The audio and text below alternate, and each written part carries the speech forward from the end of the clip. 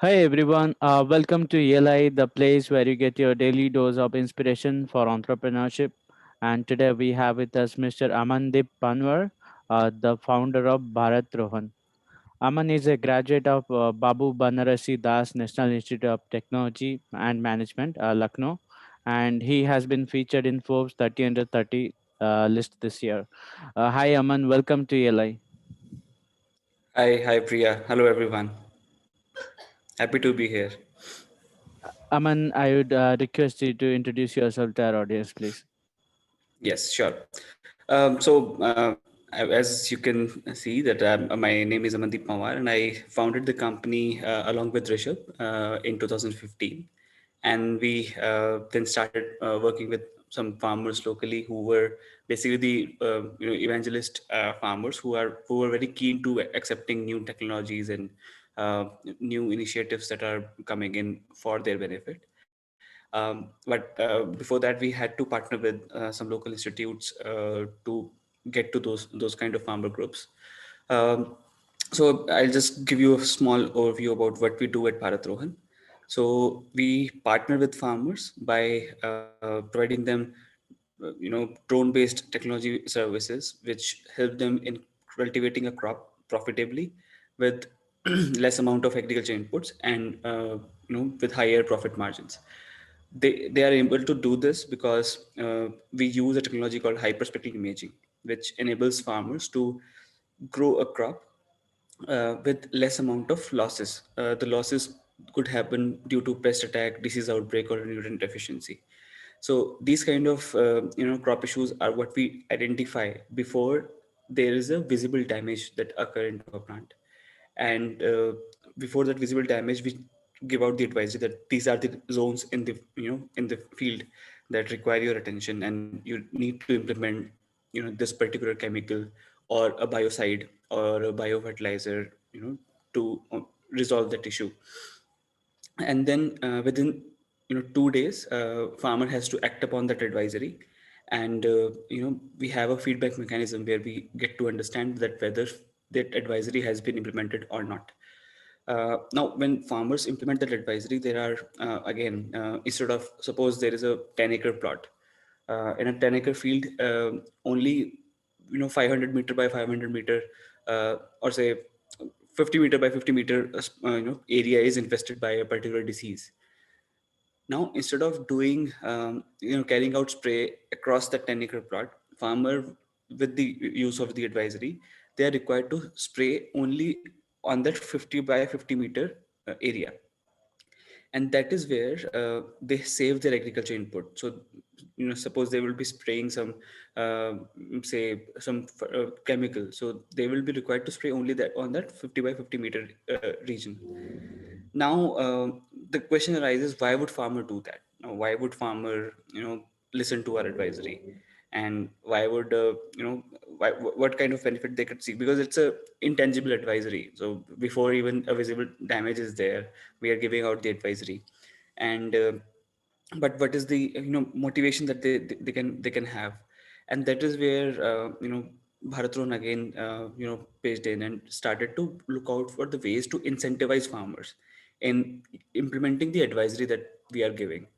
And that incentive is again in terms of procurement of their agri produce. So we purchase their produce when the crop is ready for the harvest. So when we go as a buyer to them that we will buy your produce, but you have to use the technology that we are giving, you have to adopt that technology on the field, and you have to act on the advisories that are being provided to you.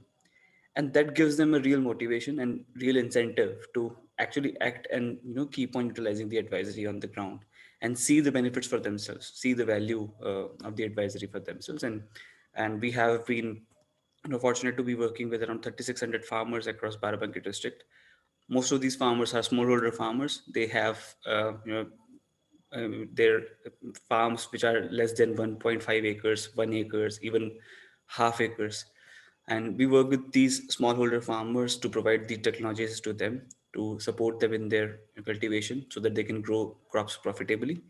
And spread across, we are working, our services are spread across 5,000 acres of area across Barabanki district. Simultaneously, we are also operational in Rajasthan, where we are working in around 3,000 acres of area. We have very good crops that we are engaged in. In Rajasthan, we are working on cumin, we are working on mung bean, and we have plans to get into more seed spices, where we can act as a, again, buyer and supply to larger buyers.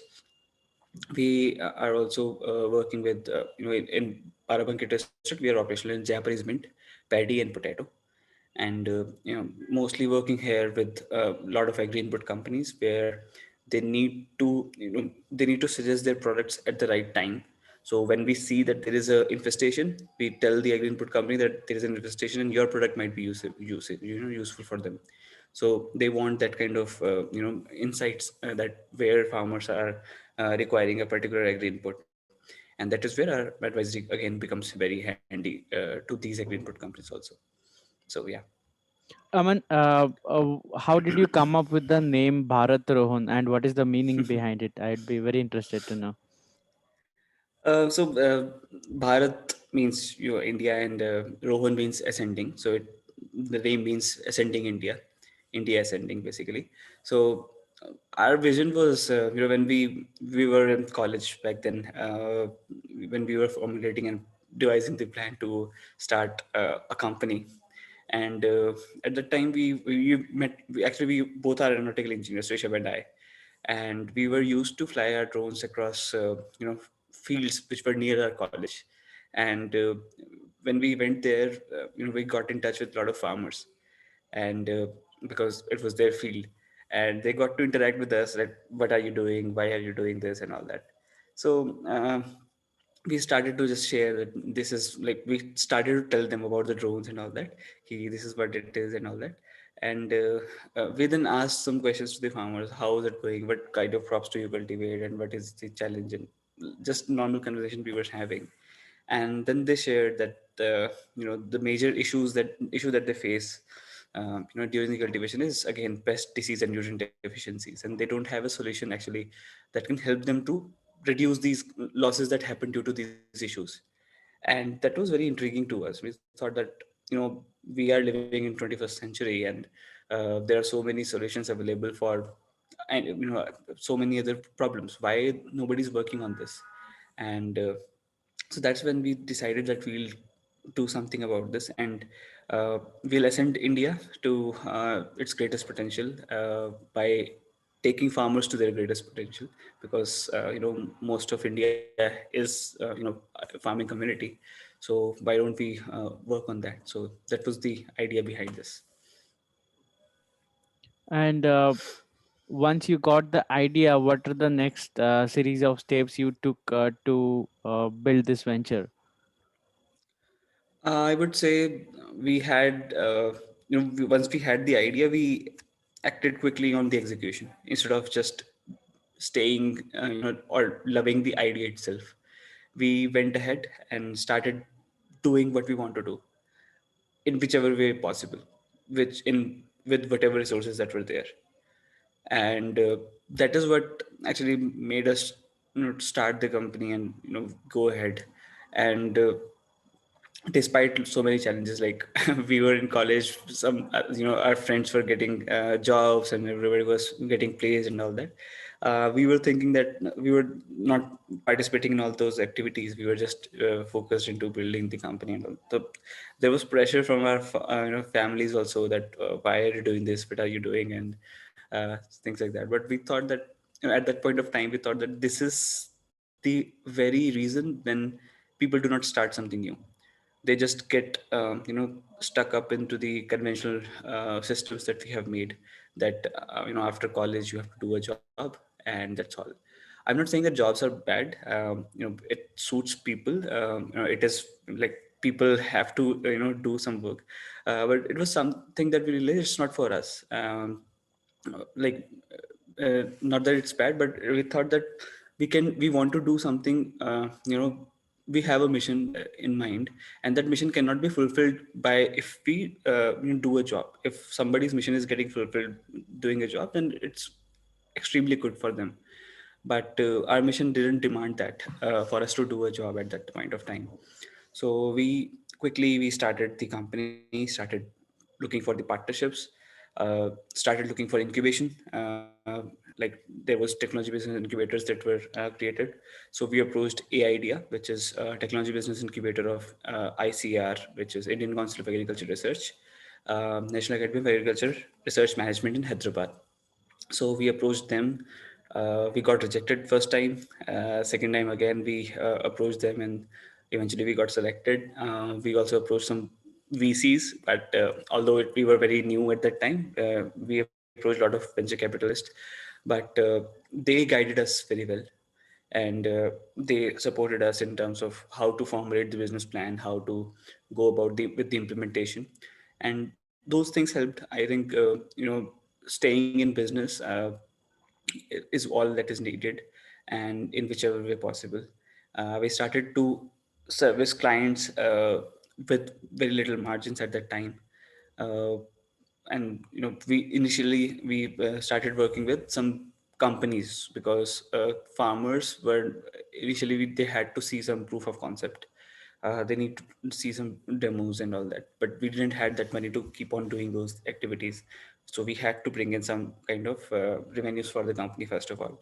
So we worked with some companies, farming companies, and AID helped us in getting to those kind of clients. And then initially, then we partnered with CSA CMAP, which is a local research institute. Convinced them that about the technology. They were quite happy. Their director was very supportive. We had Dr. Manoj Samwal, who is their IT head. He was again very supportive. And then he introduced us to a lot of Japanese mint farmers in Barabanki, and that's when slowly we started providing services to some villages. Then farmers, more informed farmers got interested. There was mouth of word of mouth publicity that happened, and that's how when we reached that scale slowly and gradually. We also got some grants and some small equity investment from AIDEA, and that's how it started. What are the challenges you have faced, both personally, both as a founder, so far while building and growing this venture? uh, Personally, I think there are so many challenges that we face. Like there is sometimes there are moments when you feel uh, very lonely, that why I'm alone in this, and why have been involved into this, and nobody's supporting me, and we have to fight the world and all that. But I think having a co-founder is extremely important in those kind of moments, so that we can share such kind of moments with each other, and then we can support, you know or maybe boost each other's morale to get ahead, and maybe devise a plan together. Then convincing family is I think one of the most important aspect that an entrepreneur has to look at. Convincing family about your idea, about your startup, about your business, and that is something that helped me. My parents and family has been, initially they were not, but later on they became very supportive, because they realized what I want to do, and what the larger mission is. So that those kind of issues, personal issues, got resolved there. Then I think this second aspect was in terms of convincing people to adopt this kind of technology, or especially farmers. So when we were going to and telling them, farmers, about the that this is the action that you are required to take, so they were not seeing any proof. Like, what is the proof? Like, it's not visible. How wide should I believe it? So we had to set up a lot of demonstrations. So we set up 46 demonstration plots across Barabanki district. Bring farmers there that see, this is where we suggested the farmer to put this particular chemical, and this is the result that happened. That his crop was saved from these diseases, because it was susceptible, and just the adjacent field has got the entire crop damaged because of that particular disease. So these kind of demonstrations are what we required to do, and we resolve that through that channel. Then getting funding is one important aspect. So arranging capital, but still it at some point of time it became more of a it became less of a headache, because people started to realize that what is the value, and they became interested into what we do. But yeah, in the initial days, it was arranging capital was the main challenge for us. Now tell us about your co-founder and your team. How did you first of all find them, and how did you create the synergy between yourselves? So Rishabh and I, we both were classmates in college, and so that is where we met, and we had been doing a lot of projects there. So we had a repo, with each other earlier itself. Um, with the team, we approached some. There were some scientists whom we approached, and one of them agreed to work with us as a chief of remote sensing. His name is Dr. KD Singh. So he works with us, to provide us to build the remote sensing team, to build the algorithms for the hyperspectral imaging, and then also helped us to build the team for the technology. So now we have Tarun and Suman who take care of all our technology-based initiatives uh, related to remote sensing, and then we hired local talent for the ground staff or for the ground-based operations. We had hired people from Barabanki itself, who and identified them through research institutes, through KVKs, and that those things worked. I think local talent is extremely important for for industries like agriculture, where you have to build a relationship with the farmers directly, and that direct relationship can only happen when you have a local person there who understands the language, understands the lifestyle, and understands how their perspective basically. So they have to be a mouthpiece from on their behalf, working with us. So that's something that helped us. Can you tell us about one instance or one tough decision or choice you had to make where both sides looked equally good or equally bad? Right. So 2 years ago, I think there was a interest from a large scale agrochemical company for to purchase some stakes in us, and we had to reject that offer. I think we like accepting it and rejecting it both looks equally good, and but we thought that maybe it's too early for us to dilute our equity and give out such a share, because we have what we envision to do is not something that we can achieve. If we just give out the stakes in the initial stages and lose control, or maybe partially lose control of the company. So I think that is one issue, scenario that happened with us, and such a situation arised. But yeah, we are making most of it now. So we are doing what we want to do, and at the same time growing the company organically. uh, and we are confident that will reach a scale in next 2 3 years, that we'll be able to service across 1 lakh acres of area, Mhm. 1 lakh acres of area by next 2 to 3 years. What are the failures you have gone through as an entrepreneur? Lot of failures. So mostly in terms of the business model, and then being a first generation entrepreneur, we had to learn a lot and fail a lot. uh, like we got into supply chain recently, and there were so many peculiar things and very small little things that that we miss out. And no matter how much we do market research, how many people we speak to, nothing beats the experience. So when we start doing something, then we start to see that what are the real problems that arise out of it. And that is one that is that there are multiple things that have we have discovered while getting into this kind of business, and we are still learning, and we are still growing. But yeah, it's part of what we do. I think that is something, as an entrepreneur, we should always take it for granted that we are going to fail a lot, and we have to just stand up again and again and get ahead. Aman, what is the meaning of entrepreneurship to you, or how do you define entrepreneurship? It's a lifestyle, I think. It's basically the way you live. Maybe for me, it's the way of living in every aspect. Like we aim to find solutions for every problem that we you know get encountered with, and in every walk of life, be it personal, work, or for others, for the society.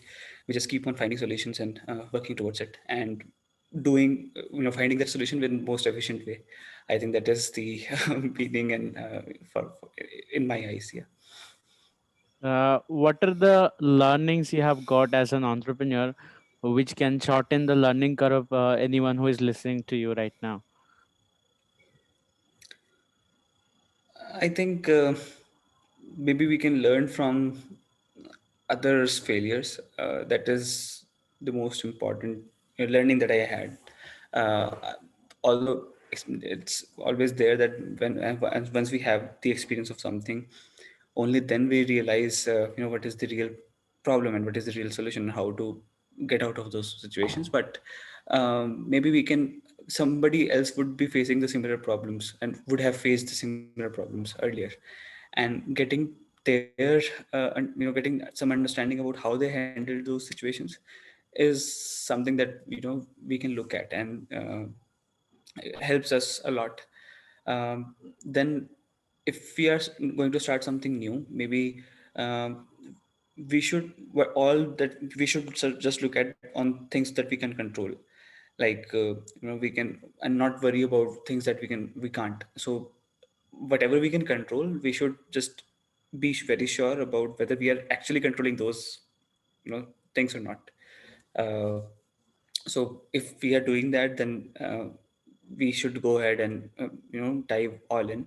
If not, then we should just sit back and take a step back and see if there is any other loophole that is missing, and that you can still tap in, and then get ahead when you have patched those holes also.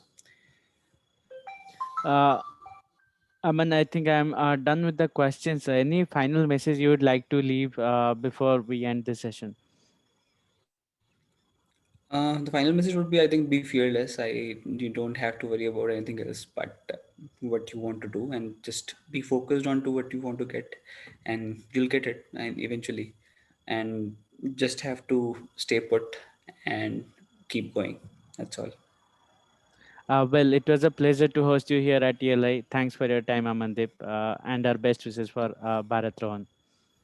Thank you very much, Priya. All the best, everyone.